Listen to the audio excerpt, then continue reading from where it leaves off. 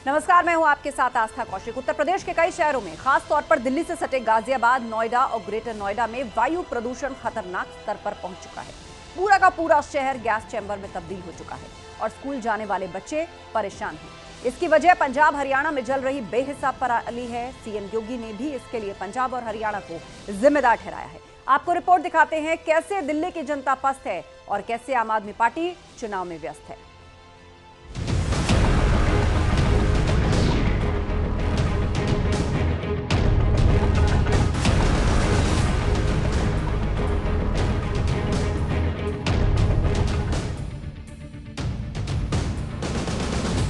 दिल्ली में हर दिन हर घंटे हवा का हाल खराब हो रहा है। हवा जहरीली से जहरीली और अब दम घोटू हो गई है। AQI लेवल इलाके के हिसाब से 400 से 600 तक पहुंच चुका है और लोगों की परेशानियां तेजी से बढ़ने लगी है। स्कूल जाने वाले बच्चे परेशान हैं, लेकिन दिल्ली सरकार के पास इंतजाम ना के बराबर। ना तो अब तक कोई कदम उठाए गए और ना ही पंजाब में जलती पराली पर रोक लग सकी। सैटेलाइट इमेजेस क्या बता रही है? कहां पराली जल रही है, कहां पे औद्योगिक पॉल्यूशन के कारण ये समस्या खड़ी हुई है।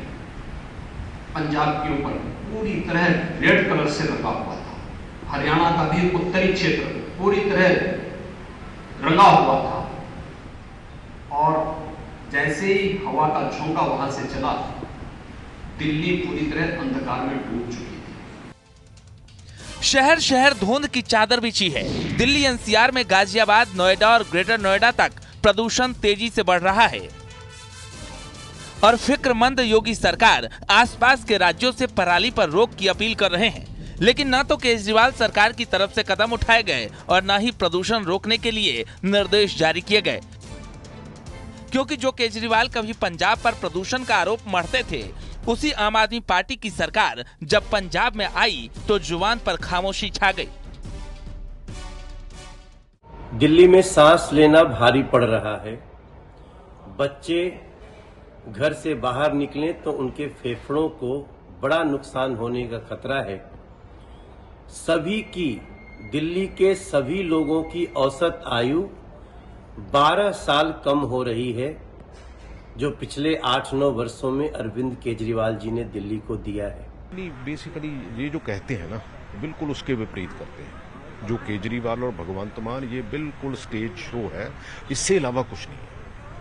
ये तो मैं तो बाकी की जो देश की बाकी यहाँ ये घूम रहे हैं, ये सिर्फ पंजाब के पैसे से पब्लिसिटी करके घूम रहे हैं। क्योंकि देखो, पंजाब में कभी भी 100 करोड़ से ज़्यादा पब्लिक रिलेशन डिपार्टमेंट को फंडिंग नहीं थी।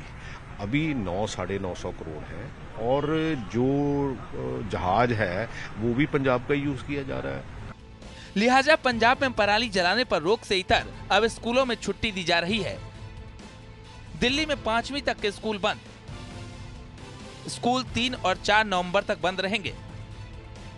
स्कूलों में ऑनलाइन क्लासेस की तैयारी, छोटे बच्चों को घर में रहने की हिदायत। यानी दिल्ली सरकार मानती है कि प्रदूषण अब परेशानी का सबब बन चुका है, लेकिन पंजाब में पराली जलाने के मामले कम नहीं हुए, जो दिल्ली NCR में प्रदूषण का सबसे बड़ा कारण है। 1 नवंबर को पंजाब में पराली जलाने की कुल 1921 घटनाएं हुई, जो मौजूदा समय में सबसे ज्यादा है। पराली जलाने के मामले कम नहीं हो रहे। हरियाणा में पंजाब के मुकाबले पराली जलाने की घटनाएं न के बराबर हैं। हरियाणा में बुधवार को 99 जगह पराली जली। मतलब साफ है, पंजाब में पराली जलाने की घटनाओं में उछाल है, इसलिए अब प्रदूषण पर सियासी बवाल है। अरविंद केजरीवाल 5 राज्यों के चुनाव में व्यस्त हैं और दिल्ली की जनता गैस चैम्बर से त्रस्त है। Bureau report, news 18।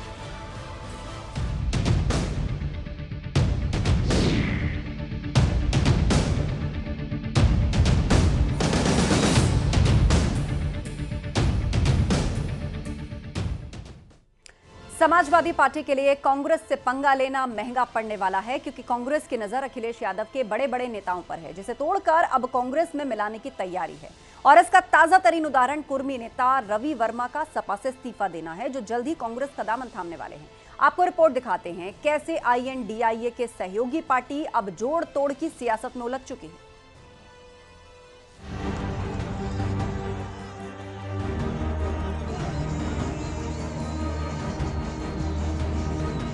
अखिलेश के दावे, चुनावी वादे और सीटों पर टाइट फाइट के बीच पार्टी को बड़ा झटका लगा है, क्योंकि अब कांग्रेस ने समाजवादी पार्टी के खिलाफ सियासी स्ट्राइक शुरू कर दी है और सेंधमारी अब लगातार जारी रहने वाली है। ये है रवि वर्मा, जिनकी कुर्मी वोट बैंक पर अच्छी खासी पकड़ है और इनका अब अखिलेश यादव से मोह भंग हो चुका है। इतना ही नहीं, राहुल गांधी पर प्यार उमड़ने लगा है। कोई पद का महत्वाकांक्षी नहीं हूँ। पद तो जैसे मैं राष्ट्रीय महासचिव था, मैं अखिलेश जी को वापस कर आया था। एक मीटिंग में जब मुझे लगा कि वो बातों को संज्ञान नहीं ले रहे हैं, तो मैंने महासचिव का इस्तीफा लिखकर उनको वहीं दे दिया था। बात पद की नहीं होती है, बात समर्पण की होती है। हम जिन उद्देश्यों के लिए समर्पित हैं, उन उद्देश्यों पर हमें काम करना है। अगर सहयोग मिलेगा तो बहुत अच्छी बात है, नहीं मिलेगा तो फिर हम लोग अलग लड़ेंगे। रवि वर्मा अब कांग्रेस पार्टी ज्वाइन कर सकते हैं, जो अखिलेश यादव के लिए अच्छी संकेत नहीं है, क्योंकि रवि वर्मा 4 बार से सांसद और कुर्मी समाज के बड़े नेता माने जाते रहे हैं। लखीमपुर खीरी से वर्मा परिवार के पास करीब 10 बार सांसदी रही है और अब रवि प्रकाश वर्मा अपनी बेटी पूर्वी वर्मा के साथ लखनऊ में कांग्रेस में शामिल हो जाएंगे। यानी कांग्रेस ने जो कहा था अब वो हो रहा है। मैंने ये कहा कि जो व्यक्ति कष्ट में होगा, दिक्कत में होगा, परेशानी में होगा, उसके साथ कांग्रेस पार्टी खड़ी है। मुसलमानों का आपने कहा कि पुराना घर है कांग्रेस पार्टी। आपने ये कहा कि पुराना जो घर है, ये बात मैंने कहा था। निश्चित तौर से हमारे यहाँ जो भी हमारे साथ जब भी रहे हैं मुसलमान भाई, हमारे साथ खड़े रहे, कभी उनके ऊपर अत्याचार अन्याय नहीं होने दिया हम लोगों ने, उनके साथ हम खड़े थे और लोकसभा चुनाव में जोड़ने की निश्चित तौर से सभी लोग हमारे लोग लगे हैं। हम जहाँ पर भी, अभी आप देखिए, सभी वरिष्ठ लोग आज हमारे साथ खड़े हो रहे हैं, हमारे साथ आ रहे हैं। अब कांग्रेस की नजर उन विपक्षी दलों के बड़े बड़े नेताओं पर है जो दलित और अल्पसंख्यक वर्ग से आते हैं, जिनकी पकड़ खास वोट बैंक पर है और उसे साधने के लिए समाजवादी पार्टी और BSP के नेताओं को पाले में लाया जा सके। इसके लिए उत्तर प्रदेश कांग्रेस ने पूरी तैयारी कर ली है, क्योंकि एक दिन पहले ही शिवपाल यादव ने कांग्रेस पर तीखा हमला किया था। कांग्रेस की जिम्मेदारी है इंडिया गठबंधन बनाए रखने की। अगर भारतीय जनता पार्टी को हटाना है तो कांग्रेस की जिम्मेदारी है, क्योंकि राष्ट्रीय पार्टी है, बड़ी पार्टी है, तो उसकी जिम्मेदारी है। तो उनका यहाँ अभी देख ही रहे हो, कुछ है यहाँ, कुछ है नहीं। उत्तर प्रदेश में केवल समाजवादी पार्टी ही BJP को हरा सकती है और हरा। तो दूसरी तरफ कांग्रेस पार्टी का दावा ये भी है कि जो कभी कांग्रेस के साथ थे उनकी घर वापसी करवानी है, चाहे वो अल्पसंख्यक हो या फिर पिछड़ा अति पिछड़ा। तमाम अभियानों से प्रभावित होकर उत्तर प्रदेश के तमाम बड़े नेता, खास करके दलित, बैकवर्ड और माइनॉरिटी के बड़े नेता हमारे संपर्क में हैं और जल्द ही वो उत्तर प्रदेश कांग्रेस कमेटी का दामन थामेंगे, कांग्रेस के हाथों को मजबूत करेंगे। तो क्या अब ये मान लिया जाए कि जिस पार्टी के जनाधार पर सवाल खड़े किए गए, जिसके नेतृत्व पर सवाल खड़े किए गए, अब उसी सहयोगी दल को जवाब देने की तैयारी में है, जिसके साथ अब तक चुनाव लड़ने की बात हो रही थी, क्योंकि यूपी कांग्रेस अब जोड़ तोड़ की राजनीति पर भरोसा कर चुकी है और इसकी शुरुआत समाजवादी पार्टी से ही हुई है। Bureau report, news 18।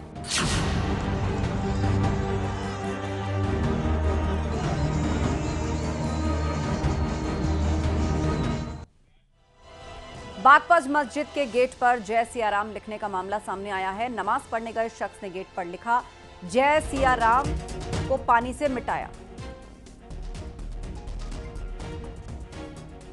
और भदोई से इस वक्त बड़ी खबर, गायिका से रेप मामले में दोषी करार। MP MLA कोर्ट कल सुनाएगा सजा।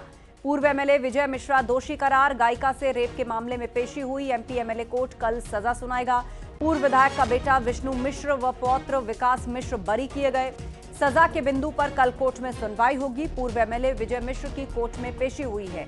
MP MLA कोर्ट ने फैसला सुनाया है और गायिका से रेप के मामले में दोषी करार दिया है। MP MLA कोर्ट कल सुनाएगा सजा। गायिका से रेप के मामले में दोषी करार दिया गया। पूर्व MLA विजय मिश्र दोषी करार, पौत्र विकास मिश्र को जबकि बरी कर दिया कोर्ट ने। भदोई से इस वक्त की ये बड़ी खबर आ रही है। पूर्व MLA विजय मिश्रा दोषी करार, गायिका से रेप के मामले में एमपी एमएलए कोर्ट ने दोषी माना, कल उन्हें सजा सुनाई जाएगी। जबकि विजय मिश्र का बेटा विष्णु मिश्र और पौत्र विकास मिश्र दोनों को कोर्ट ने बरी कर दिया, लेकिन विजय मिश्रा इस मामले में दोषी करार और अब कल कोर्ट फैसला सुनाएगी सजा पर। गायिका से रेप का ये पूरा मामला है जिसमें आरोपी बनाए गए विजय मिश्र। दिनेश पटेल से इस पर अपडेट लेते हैं। विस्तार से बताइए दिनेश, कोर्ट का फैसला और ये पूरा वाकया क्या है? 2014 में रेप का ये पूरा मामला है और इसमें करीब 2020 में मुकदमा दर्ज कराया गया था। बताया जाता है कि एक कार्यक्रम में वो गायिका यहाँ आई थी जब उसके साथ रेप किया गया। इस पूरे प्रकरण में जो है विजय मिश्रा के बेटे और उनके पौत्र पर मुकदमा दर्ज हुआ था। इस पूरे मामले में कोर्ट में आज पेशी हुई है विजय मिश्रा की और सभी आरोपीगण की। तो इस मामले में जो है विजय मिश्रा को दोषी करार दिया गया है और कल सजा के बिंदु पर इसमें सुनवाई होगी। वहीं कोर्ट ने जो पूर्व विधायक विजय मिश्रा का बेटा विष्णु मिश्रा और पौत्र विकास मिश्रा है उनको इस पूरे प्रकरण में बरी किया है। जी, अब देखना है कि कल कोर्ट में इस पूरे प्रकरण में किस तरह का निर्णय आता है सजा के मामले में। जानकारी के लिए शुक्रिया। आप नजर बनाए रखिए दिनेश, आगे भी आपसे अपडेट्स लेंगे। तो पूर्व एमएलए विजय मिश्रा दोषी करार, गायिका से रेप के मामले में कोर्ट ने दोषी माना।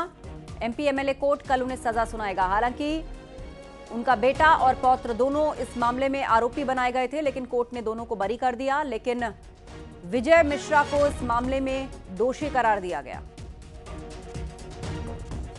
आज न्यायालय FTC first MP MLA court की अदालत में विजय मिश्रा, उनके पुत्र विष्णु मिश्रा और ज्योति और विकास मिश्रा गैंग रेप मामले में सुनवाई थी, जिसमें फैसला जाना था, जिसमें बनारस की गायिका के साथ गैंग रेप मामले में फैसला हुआ है, जिसमें विजय मिश्र दोष सिद्ध किए गए हैं और उनके पुत्र विष्णु मिश्रा व पौत्र ज्योति और विकास मिश्रा बरी किए गए हैं। सजा के बिंदु पर सुनवाई कल सुबह ही 11 बजे होगी। और रुकेंगे ब्रेक के लिए, जल्द लौटेंगे कुछ और खबरों के साथ।